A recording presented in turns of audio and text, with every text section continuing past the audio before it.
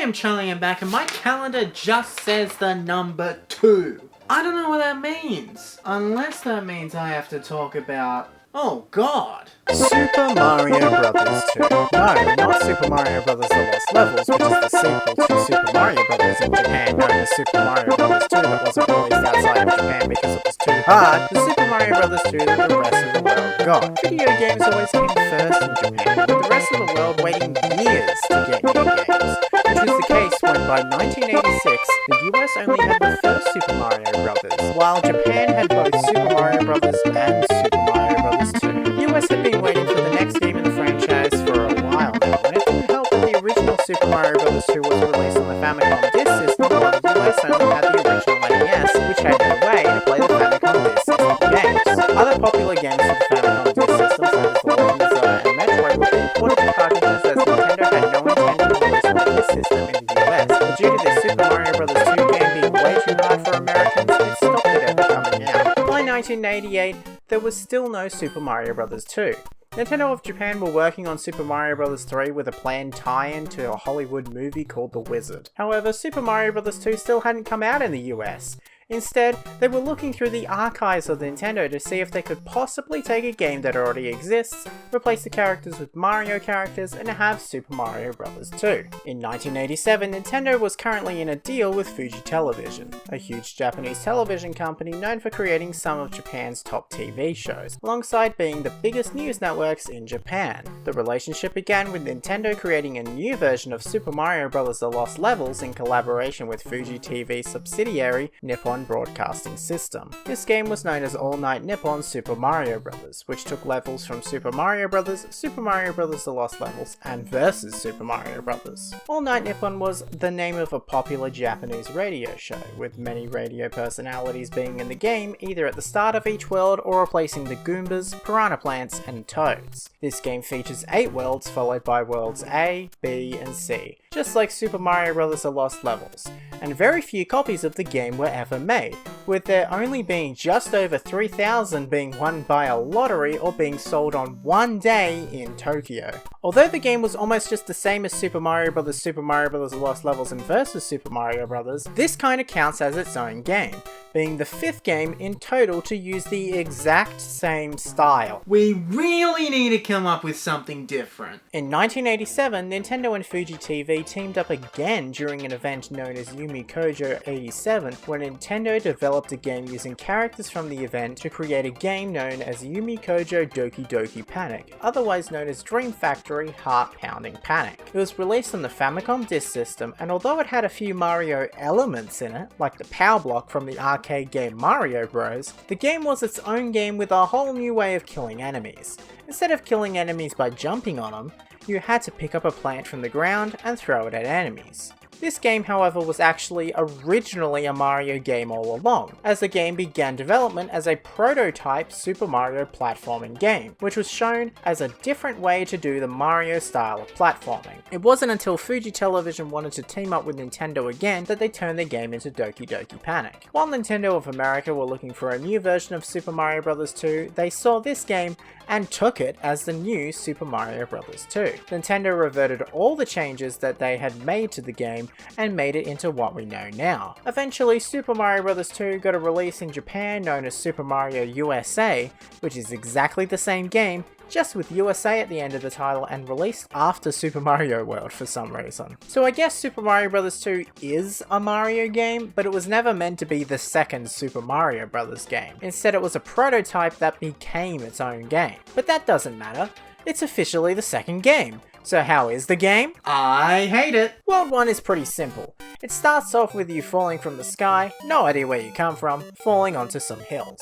This is where you get introduced to this game's first original enemy, the Shy Guy. Yes, Shy Guys actually originated in this game, which means they originated in Doki Doki Panic, not a Mario game. Shy Guy is just a foster child. And it's also the introduction to pretty much every single mechanic in the entire game. Picking up plants, throwing them at enemies, picking up another plant, opening a door, finding a mushroom, while a new version of the original traditional Super Mario Bros. Theme plays exciting. In this game you get to pick between 4 characters: Mario, Luigi, Toad, and Princess Toadstool, otherwise known as Princess Peach. These 4 characters became the classic 4 characters to play as, making their large return as a group in Super Mario 3D World.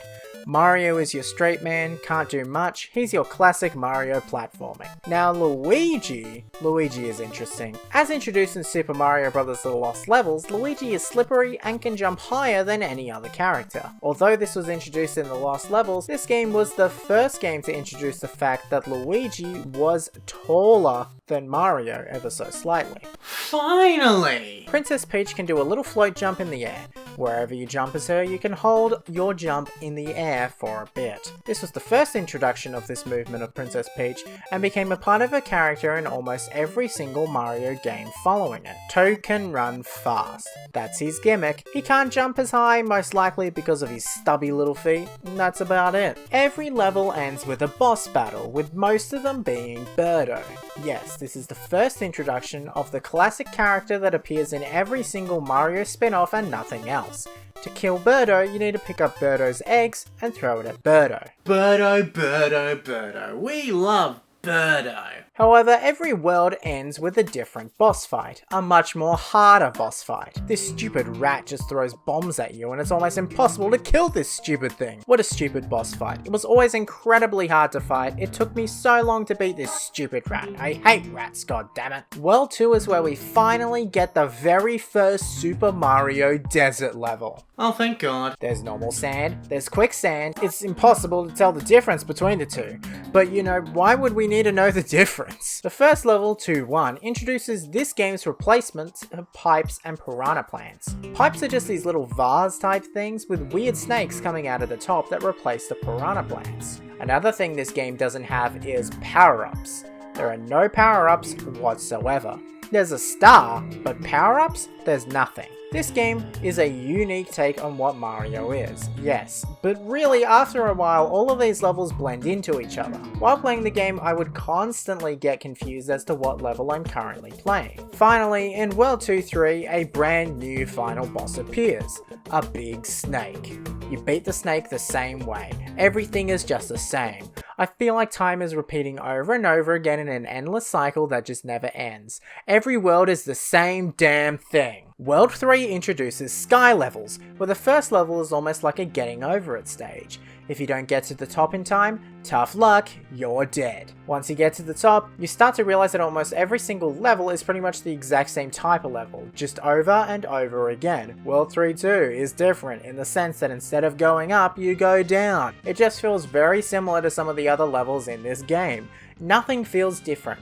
Everything feels the same. In this level, we also get Shy Guys who are riding Ostros. That's what they're called. Once you get to the boss fight, you get the most annoying boss fight ever. Whenever you go to pick up one of those little mushroom things, you fall to the ground. Because of the AI that Birdo uses, it's almost impossible to get back up to the top to actually fight Birdo in the first place.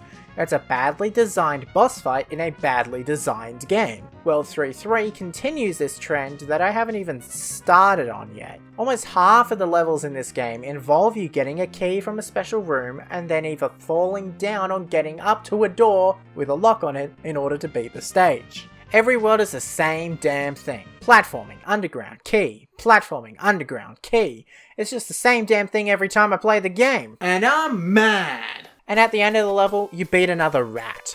Fantastic. Unless you played on the Game Boy Advance where you fight Robo Birdo. How fantastic. Why is it different? I don't know. No one knows. World 4 introduces snow. How fun. How unique. We're finally getting something different in a Mario game.